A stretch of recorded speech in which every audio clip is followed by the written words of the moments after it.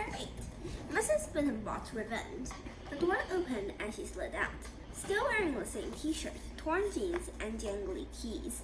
She came around the van and stood in front of us, her mouth full of burger bun and the rest of it in her hands. I felt Streaker quiver with joy. Let's see, what have we here? Tina and Mouse, isn't it? Bingo, Tina smiled. The warden's eyes flickered down to Streaker. And how about these two? Just what kind of dog is that meant to be? We're going to a doggy fancy dress party, Tina invented. Is that right? So what's wrong with that black one? Why is she wearing sunglasses? She's blind, Tina answered. Blind? The Terminator stepped closer. We're looking after her. You've heard of guide dogs for a blind? We're the opposite. We're guide people for a blind dog. I trilled all this in my best tra-la-la, I'm a girl kind of voice. Even Tina gave me a strange look. What's wrong with your friend? Snarled Mrs. Bittenbot. Flat throat, Tina answered evenly.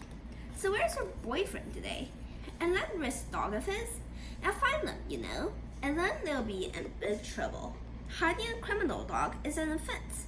You tell him from me, your boyfriend's in big trouble. Oh yes?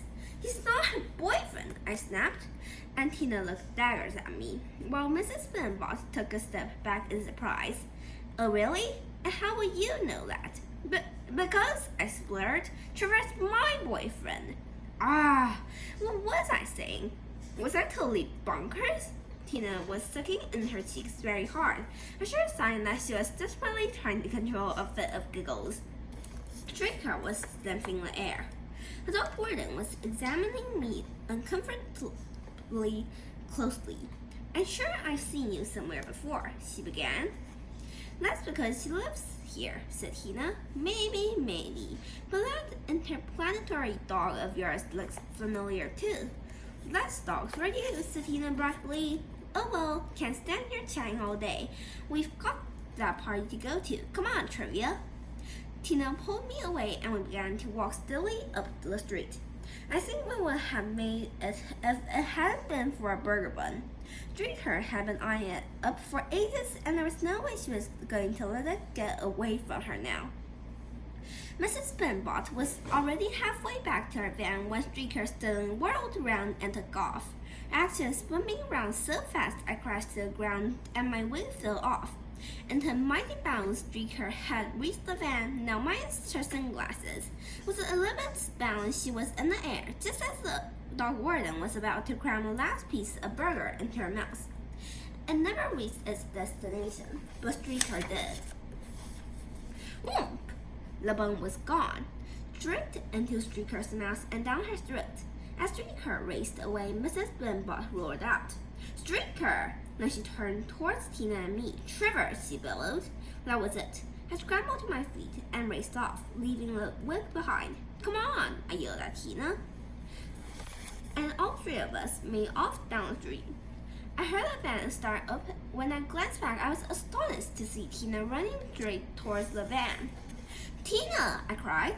She'd gone back for her mom's precious wig. Leave it. It's only a wig. The mouse started back too. I was tearing my hair out. This is crazy.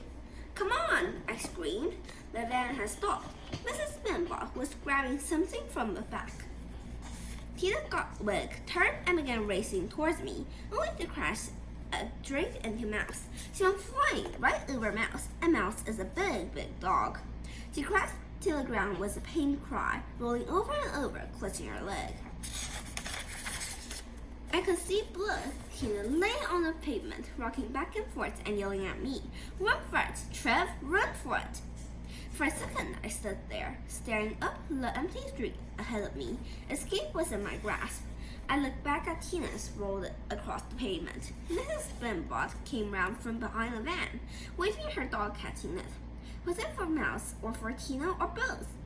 Run! Tina yelled again and again. Go! She waved a hand at me. That was it. I made up my mind. I raced back to her, grabbed her under her arms, and lifted her to her feet. We can make it, I hissed through gritted teeth. Come on, you go. Not without you, I said. Swoosh. and it was over us. We couldn't take another step. The dog wanted to go backwards and forwards, making us stagger from side to side. She grinned, showing several chipped brown teeth. And she crowed. How she crowed! Oh ho ho! What have we here with strange creatures have a talk today? I've got a little girlie. What's this particular monster? Is it a boy? Is it a girl? Hello, little girlie. Oh my, it's a boy. It's Trevor. Trevor the girl. Wouldn't your friends think you're a funny one? And look at this. Oh yes, this is my lucky day. Come on, come on, coochie. It was Streaker. Sam came back. She was walking slowly, Billy almost on the ground. She was so fat. Little wonder after that burger she'd just eaten. Streaker, I said, run for it.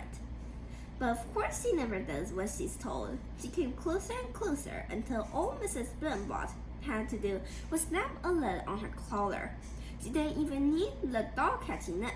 She did the same to Mouse. Then she sat down on a garden wall and gazed at us, her face beaming. You half thought it was her birthday. I wish I had a camera, all four of you in one fell swoop. Oh my! She picked up her radio and began speaking into it. Ben bought this rug, Ben bought this mug. Mission accomplished. I repeat, mission accomplished. I've got a whole bloomin' lot of them.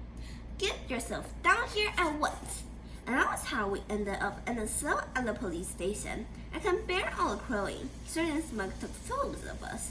I had to stand in front of one of those high charts like a common criminal while he took my photo.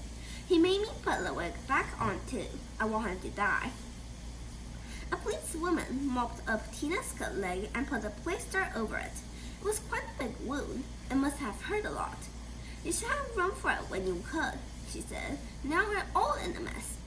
I couldn't leave you on your own, I grunted, and Tina smiled. My hero, she murmured. Oh, shut up! Of course, Dad was sent for. He was rather surprised, to say the least, when he saw us. He wasn't expecting to find a rat dog in a sheepskin waistcoat and a pom-pom tail and pink shades.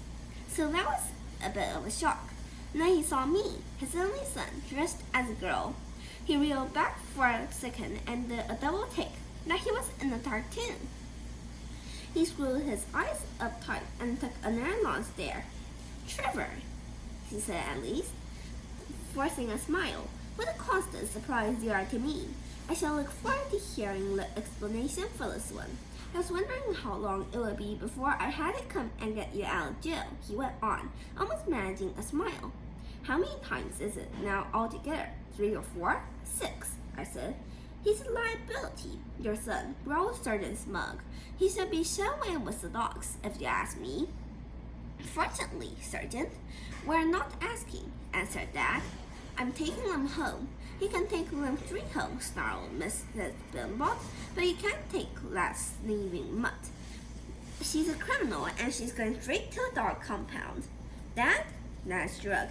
There's nothing I can do, Trevor, not yet. Let's go home and have a think about things, eh? I offered Tina my shoulder to lean on as she limped out. At the door, I glanced back at Streaker. She gazed at me with deep, wet eyes and gave a little whimper. Sorry, Streaker, I whispered, but we'll be back, I promise.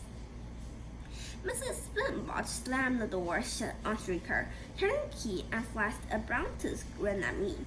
You come back as often as like, 'cause that dog's not going nowhere except down the dog pom-pom, and then the dog warden lifted a hand to her throat and slowly drew her